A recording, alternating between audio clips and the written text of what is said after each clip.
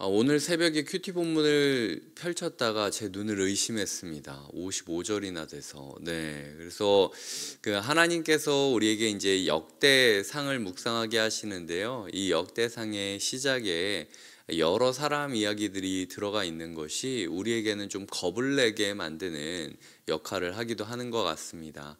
하나님께서 우리에게 역대상을 묵상하게 하시면서 사람들의 이름을 보게 하심은 하나님께서 우리의 이름 또한 많은 사람 앞에서 알리고 자랑하고 있다라는 사실을 잊지 말라는 뜻이라고 저는 생각합니다.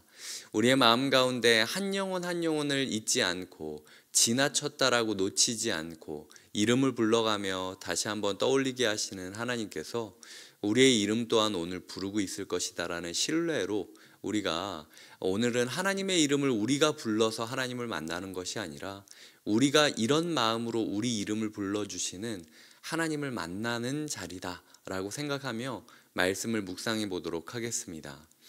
먼저 이스라엘의 아들들이라고 이야기하며 야곱의 아들의 12아들의 이름을 이야기하는 본문으로부터 시작을 합니다. 신앙생활은 항상 상류를 떠올리며 살아가는 삶이 신앙생활이라는 생각을 오늘 이 말씀을 묵상하며 하게 되었습니다. 얼마 전에 저희가 다락방 교제를 통해서 이상하지만 매력적인 사람들이라는 이야기로 함께 고민하지 않았습니까? 철새들조차도 알지 못하는, 보이지 못하는 어떤 끌림이 있어서 이 언어들조차도 도대체 어떻게 그것을 기억하는지 어려울 정도로 희한하게 자신의 상류를 향하여 헤엄치는 본능이 있음을 우리는 이야기 나눴습니다. 결국 우리가 교회로서 이 자리에 하나님께서 심어주신 것은 우리 교회라는 나무가 자라서 열매 맺는 것들을 통해서 많은 사람들이 에덴 동산의 정취를 느끼게 만드는 것, 그리하여 에덴을 향하여 발걸음을 이어가게 만드는 것이 주님께서 우리를 이 시대에 보이지 않는 자기장으로 교회라는 이름으로 보내주신 이유라는 것이죠. 우리의 신앙생활은 항상 상류를 향해 있어야 합니다. 동시에 미래를 향해 있어야 합니다.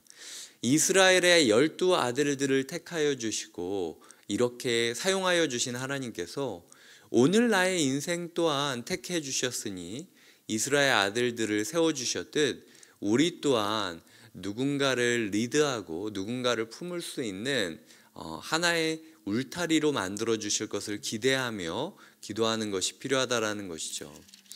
12아들들은 자기들끼리 누가 맞네 틀리네 이걸 이렇게 해야 되네 저렇게 해야 되네 현안으로 인하여 굉장히 힘들어했습니다. 그리고 가뭄으로 인하여 굉장히 어려워했고 형제간의 오해가 있어서 동생을 팔아 넘기기도 하죠. 그것처럼 우리의 일상 또한 닥쳐오는 가뭄에 무기력하고 그리고 우리끼리 서로 아웅다웅하기도 바쁘기도 합니다. 하지만 그럼에도 그들을 사용하셨다면 주님이 우리 또한 사용하실 수 있다는 거예요. 그런 마음으로 우리가 이스라엘의 아들들을 택하신 하나님을 기억하겠습니다. 그리고 우리를 택하셨기에 우리 또한 세우실 하나님을 기대하겠습니다 라고 하루를 살아가는 것이 필요하다라는 것이죠.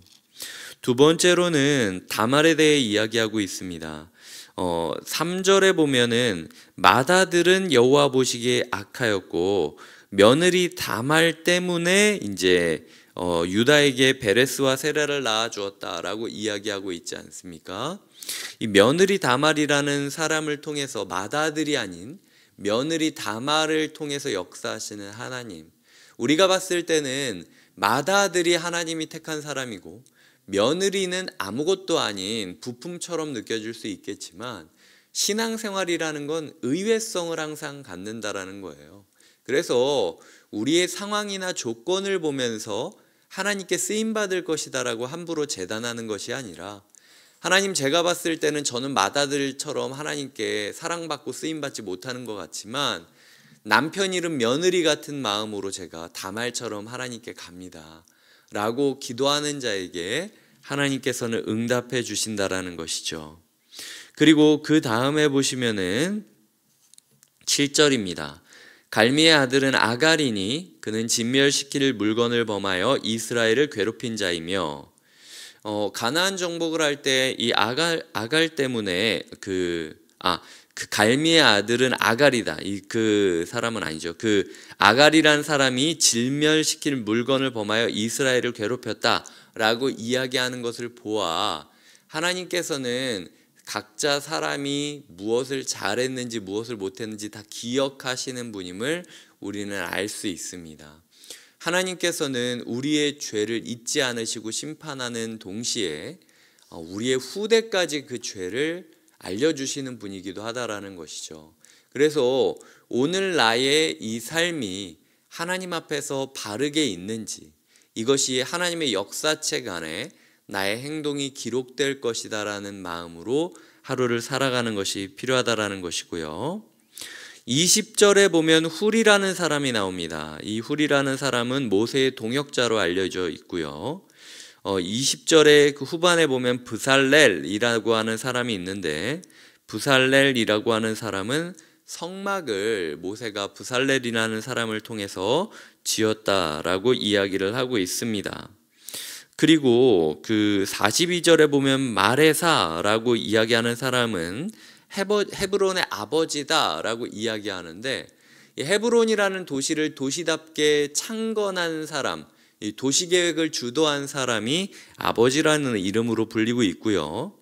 51절에 보면은 베들레헴의 아버지라는 표현으로 또 등장하죠. 살마라는 사람이 등장하고, 백가델의 아버지라고 백가델이라는 곳의 창건자인 하렙이라는 사람이 나옵니다. 우리가 이런 사람이 있었어?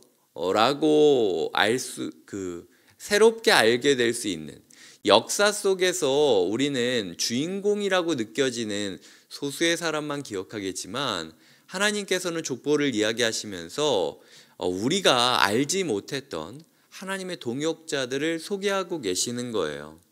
이 시대 가운데 하나님께서 우리를 모세나 야곱이나 아니면은 누구라도 알 수 있을 전국구 유명인으로 세워주지 않는다 할지라도, 우리가 하나님께서 뿌리 내리라 하신 곳에 창건자가 될 수는 있습니다. 하나님께서 우리를 잊지 않으시고 곁에 있는 교회라는 교회에 창건자로 우리를 기억해 주시고 또 이름 불러주시기를 꿈꾸면서 우리가 오늘 하루를 살아가야 될 것, 그것이 오늘 제가 말씀을 묵상하며 기도하게 된 것이고요. 내가 제일 유명한 사람은 되지 않더라도 내가 주 앞에 잊혀지지 않는 사람이 되고 싶더라.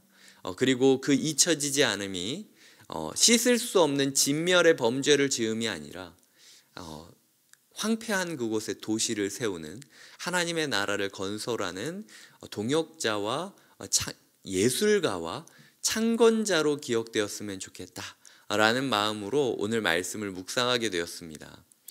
마지막으로는 34절입니다. 34절에 보면 세사는 아들이 없고 딸뿐이라 그에게 야르아라 하는 애굽종이 있었으므로 세산이 딸을 그 종 야르아에게 주어 아내를 삼게 하였더니 그가 그로 말미암아 아떼를 낳았다라고 이야기하고 있습니다. 한참을 쳐다봤습니다. 이 이집트 종을 통해서 가문을 이어가는 게 이게 하나님께 물어보고 한 것인가, 아니면은 자기의 임의로 그냥 재산을 그리고 유산을 이어가기 위해서 한 행동인가 라고 이야기를 할 때, 하나님께서 이 야르아라고 하는 사람에 대해서 어떤 히스토리를 넣지 않고 우리에게 판단하게 하시는 모습을 보았습니다. 그래서 저의 마음 가운데는 오늘 야르아라는 사람을 보면서 문제를 너무 내 식대로 해결하지 말자, 빨리 해결하겠다라고 너무 하나님의 뜻을 구하지 않고 내 마음대로 내 식대로 그냥 이러면 되겠지라는 식으로 행동한다면, 하나님의 뜻이 아니라 이집트의 종, 어쩌면은 이집트로부터 탈출한 백성이 이집트로 돌아가려는 또 다른 회귀 본능을 보이는 것 아닙니까? 그런 마음으로 이스라엘의 아들들을 기억하고 신앙의 상류를 향해 가는 것이 아니라 문제가 생길 때마다 애굽이라는 편한 답을 끌고 오는 저의 모습을 또 보게 되었습니다.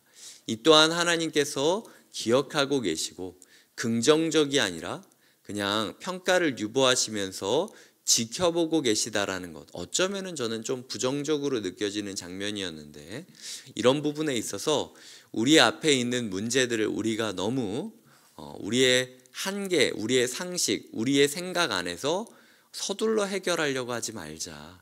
하나님께 묻고 하나님이 원하는 방식대로 해결하자라는 마음으로 하루를 시작하게 됩니다. 말씀을 맺겠습니다. 이 사람들의 이름을 나열하는 이 공간이, 이 역대기 2장은 사람들의 이름뿐 아니라 사람들의 이야기가 담겨 있습니다. 하나님께서는 양 한 마리 한 마리를 부르시듯 우리를 부르고 계십니다. 그 부르심 가운데 하나님과 우리의 이야기가 녹아들어 있다라는 거죠. 주님과 여러분의 이야기는 어떤 이야기입니까? 여러분의 이야기가 하나님의 역사책에 쓰여진다면 무엇이라고 쓰여지겠습니까? 그 마음으로 하루를 살아가시는 하루 되시길 주님의 이름으로 축복드립니다. 기도하시겠습니다. 하나님 아버지, 우리 또한 하나님의 생명책, 하나님의 이야기책, 하나님의 마음에 기록되게 하여 주시옵소서. 하나님, 우리를 잊지 않으시고 우리에게 은혜를 베풀어 주시는 하나님을 기억하며 영적인 상류를 항상 떠올리며 살아가는 사람들이 되게 하여 주시옵소서. 예수님의 이름으로 기도드립니다. 아멘.